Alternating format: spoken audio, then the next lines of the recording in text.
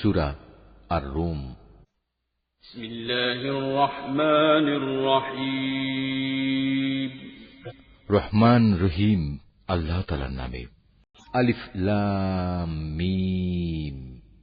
Rome জাতি পরাজিত হয়ে গেছে। ভূমণ্ডলের সবচাইতে নিচু অঞ্চলে সংঘটিত ঘটনা। তাদের পরাজয়ের পর অচিরেই তারা আবার বিজয় লাভ করবে।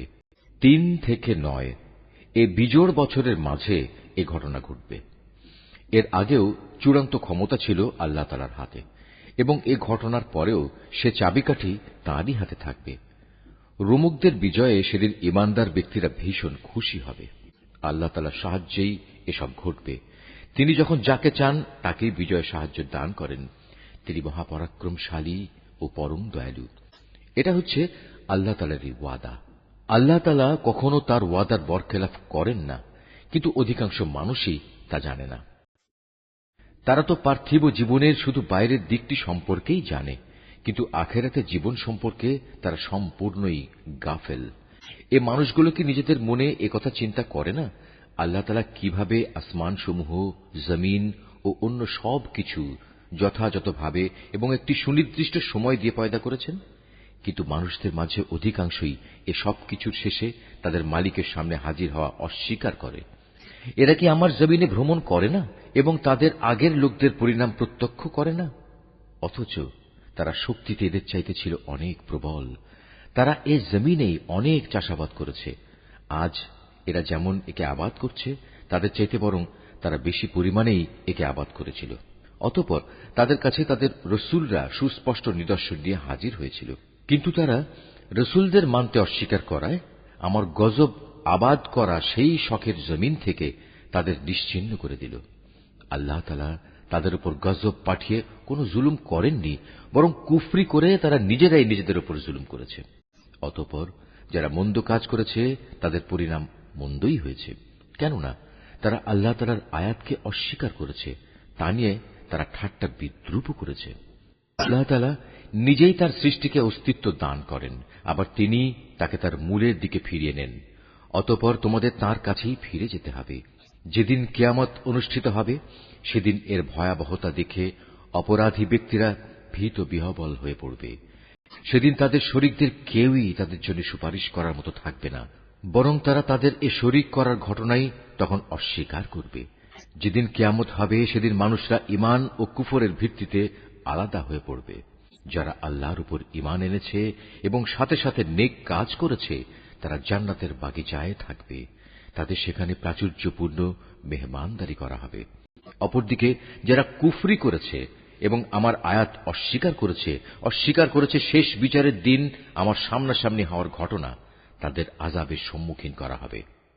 অতএব দিবাশেষে যখন তোমরা সন্ধ্যা করো তখন আল্লাহ তাআলার মাহাত্ম্য ঘোষণা করো।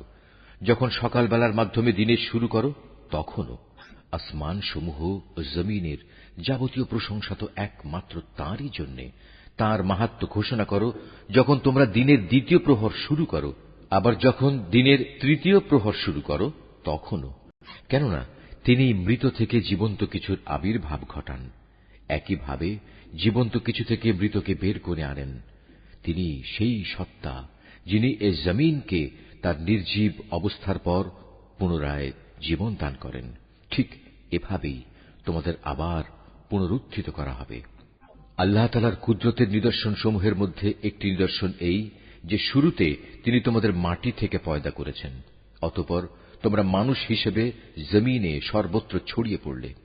কুদরতের নিদর্শন সমূহের মাঝে এও একটি যে তিনি তোমাদের জন্য তোমাদের মধ্যে থেকে তোমাদের সঙ্গী সঙ্গিনীদের বানিয়েছেন, যাতে করে তোমরা তাদের কাছে সুখ শান্তি লাভ করতে পারো। উপরন্তু তিনি তোমাদের মাঝে ভালোবাসা ও পারস্পরিক সৌহার্দ্য সৃষ্টি করে দিয়েছেন। অবশ্যই এর মাঝে চিন্তাশীল সম্প্রদায়ের জন্য অনেক নিদর্শন রয়েছে। আকাশমালা ও জমিনের সৃষ্টি, তোমাদের পারস্পরিক ভাষা ও বর্ণ বৈচিত্র্য নিঃসন্দেহে তার কুদরতের নিদর্শন সমূহের মাঝে এক একটি বড় নিদর্শন। অবশ্যই জ্ঞানবান মানুষদের জন্য এতে অনেক নিদর্শন রয়েছে। তোমাদের রাত ও দিনের ঘুম, তোমাদের তাঁর দেয়া রিজেক তালাশ করাও তার কুদরতের নিদর্শন সমূহের অন্তর্ভুক্ত একটি। অবশ্য এ সব কিছুর মাঝে যে জাতি আল্লাহর কথা শোনে তাদের জন্য অনেক নিদর্শন রয়েছে। তার কুদরতের নিদর্শনসমূহের মাঝে এও একটি যে তিনি তোমাদের বিদ্যুৎ ও তার আলো দেখান, ভয়ে এবং আশা সঞ্চারের মাঝ দিয়ে তা প্রতিভাত হয়। তিনি আসমান থেকে পানি বর্ষণ করেন, অতঃপর তা দিয়ে জমিন একবার নির্জীব হয়ে যাওয়ার পর তাকে পুনরায় জীবন দান করেন। অবশ্য এতেও বোধশক্তি সম্পন্ন জাতির জন্য আল্লাহকে চেনার অনেক নিদর্শন রয়েছে।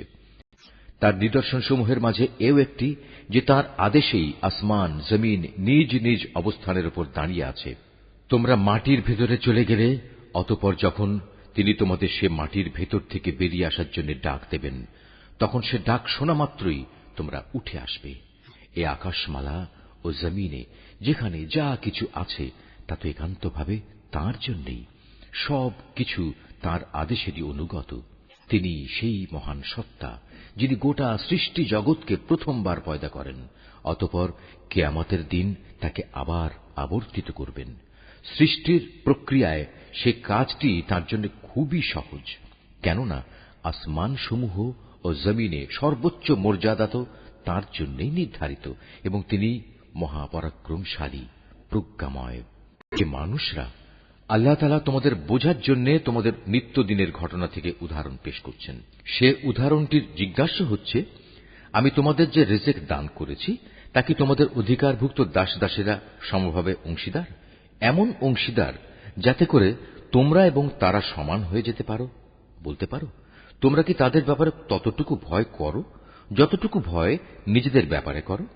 বস্তুত এভাবেই আমি বোধ শক্তি সম্পন্ন সম্প্রদায়ের জন্য আমার কথাগুলো খুলে খুলে বর্ণনা করি। কিন্তু যারা সীমা লঙ্ঘনকারী তারা অজ্ঞানতাবশত নিজেদের খেয়াল খুশির অনুসরণ করে রেখেছে। সুতরাং আল্লাহ তাআলা যাকে গোমরা করে রেখেছেন তাকে কে হেদায়েতের পথ দেখাতে পারে? এমন সব লোকদের কোনো সাহায্যকারীও নেই। অতএব হে নবী, তুমি নিষ্ঠার সাথে নিজেকে সঠিক দ্বীনের উপর কায়েম রাখো। আল্লাহ তাআলার প্রকৃতির উপর নিজেকে দাঁড় করাও, যার উপর তিনি মানুষকে পয়দা করেছেন। মনে রেখো, আল্লাহর সৃষ্টির মাঝে কোনো রদ বদল নেই। এ হচ্ছে সহজ সরল জীবন বিধান, কিন্তু অধিকাংশ মানুষই তা জানে না। তোমরা একনিষ্ঠভাবে তাঁর অভিমুখী হও এবং শুধু তাঁকেই ভয় করো।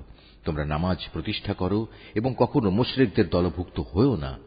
তাদের মাঝে এমনও আছে যারা তাদের দিনকে টুকরো টুকরো করে দিয়েছে এবং তারা নানা ফেরকায়ও পরিণত হয়ে গেছে। প্রত্যেক দলই নিজেদের কাছে যা কিছু রয়েছে তা নিয়ে মত্ত আছে। মানুষদের যখন কোনো দুঃখ দৈন্য স্পর্শ করে তখন তারা তার আল্লাহর দিকে বিনয়ের সাথে ধাবিত হয়ে তাদের মালিককে ডাকতে থাকে। অতঃপর যখন তিনি তাদের তার দয়া নিয়ামতের স্বাদ উপভোগ করান তখন সাথে সাথে তাদের একদল লোক তাদের মালিকের সাথে অন্যদের শরিক করতে শুরু করে। উদ্দেশ্য হচ্ছে যা কিছু অনুগ্রহ আমি তাদের দান করেছি তার প্রতি যেন অকৃতজ্ঞতাজনিত আচরণ করতে পারে। সুতরাং তোমরা ভোগ করে নাও, অতঃপর অচিরেই তোমরা তোমাদের কুফরির ফলাফল জানতে পারবে। কিংবা আমি কি তাদের উপর এমন কোন দলিল প্রমাণ পাঠিয়েছি যে যে শিরক এরা করে চলেছে তা তাদের এ ধরনের কোন আদেশ দেয়? আমি যখন মানুষদের অনুগ্রহের স্বাদ আস্বাদন করাই তখন তারা তাতে ভীষণ খুশি হয়, আবার যখন তাদেরই কাজের কারণে তাদের উপর কোনো মুসিবত পতিত হয় তখন তারা সাথে সাথেই নিরাশ হয়ে পড়ে। এরা কি এই বিষয়টি নিয়ে ভেবে দেখেনি আল্লাহ তাআলা যার জন্য চান তার রিজিক প্রসারিত করে দেন, আবার যাকে চান তাকে কম করে দেন? নিঃসন্দেহে যারা ঈমানদার জাতি, এতে তাদের জন্য অনেক নিদর্শন রয়েছে। অতএব হে ঈমানদার ব্যক্তি, তুমি আত্মীয় স্বজনকে তার অধিকার আদায় করে দাও। অভাবগ্রস্ত মুসাফিরদেরও নিজ নিজ পাওনা বুঝিয়ে দাও। এ বিষয়টি তাদের জন্য ভালো যারা একমাত্র আল্লাহ তাআলার সন্তুষ্টি কামনা করে, আর সত্যিকার অর্থে এরাই হবে সফল কাম। যা কিছু ধন সম্পদ তোমরা সুদের উপর দাও তা তো এজন্যই দাও যেন তা অন্য মানুষদের মালের সাথে শামিল হয়ে বৃদ্ধি পায়। আল্লাহ তাআলার দৃষ্টিতে তা কিন্তু মোটেই বাড়ে না। অপরদিকে যে যাকাত তোমরা দান করো তা যেহেতু একান্তভাবে আল্লাহ তাআলাকে সন্তুষ্ট করার উদ্দেশ্যে দান করো তাই বরং বৃদ্ধি পায়।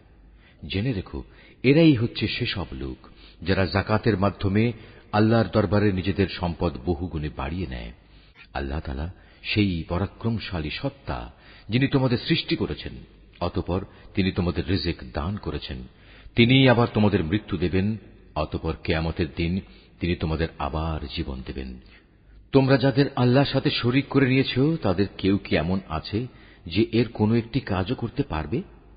মূলত তারা আল্লাহর সাথে যাদের শরীক বানায়, আল্লাহ তাআলা তা থেকে অনেক পবিত্র, অনেক মহান। মানুষের কৃতকর্মের দরুন জলে স্থলে সর্বত্র আজ বিপর্যয় ছড়িয়ে পড়েছে।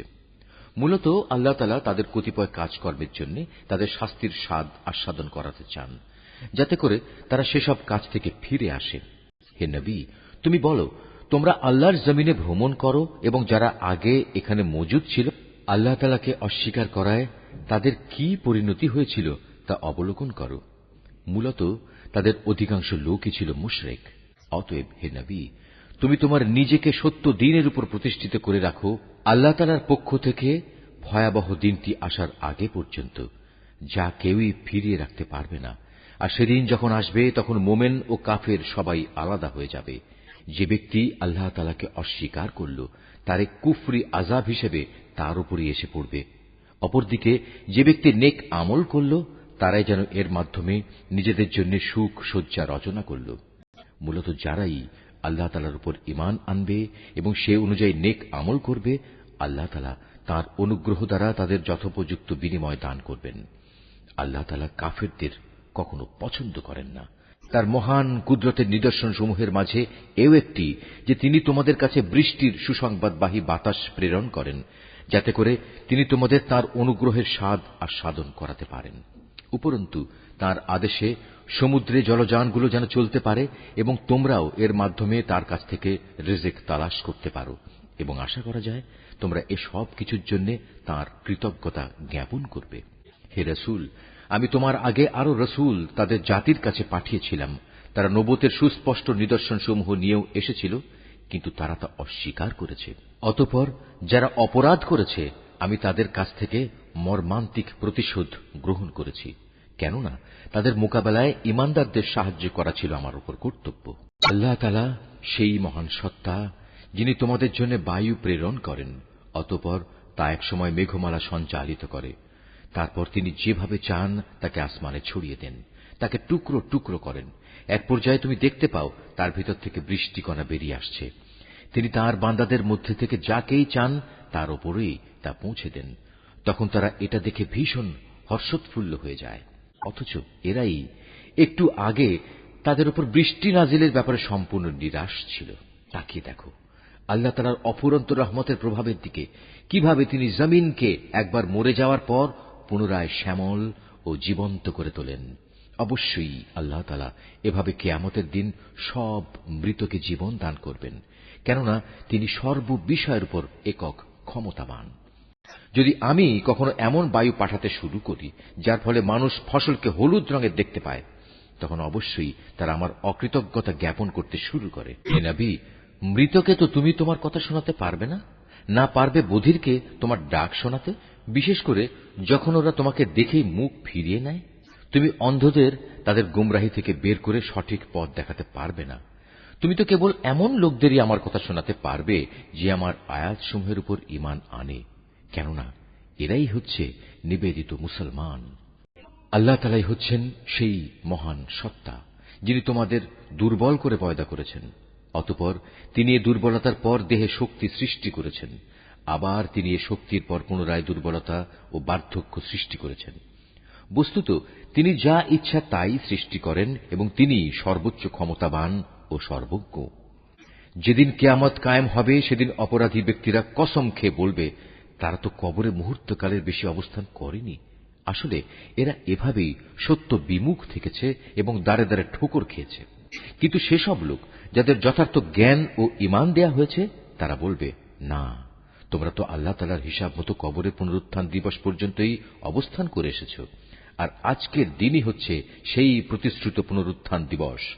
কিন্তু তোমরা এই দিনটাকে সঠিক বলে জানতে না। সেদিন জালেমদের ওজর আপত্তি তাদের কোনোই উপকারে আসবে না, না তাদের আল্লাহ তাআলা সন্তুষ্টি লাভের সুযোগ দেয়া হবে। হে নবী, আমি মানুষদের বোঝানোর জন্য এ কোরআনে সব ধরনের উদাহরণই পেশ করেছি। তারপরেও যদি তুমি এদের কাছে কোনো আয়াত নিয়ে হাজির হও, তবুও এ কাফেররা বলবে, তোমরা তো বাতিলপন্থী। এভাবেই আল্লাহ তাআলা তাদের অন্তরে মোহর মেরে দেন, যারা সত্য সম্পর্কে কিছুই জানে না। অতএব হে নবী, তুমি ধৈর্য ধারণ করো। অবশ্যই আল্লাহ তাআলার ওয়াদা সত্য। যাদের শেষ বিচারের দিনের উপর আস্থা নেই, তারা যেন তোমাকে কখনোই সত্য দিন থেকে বিচলিত করতে না পারে।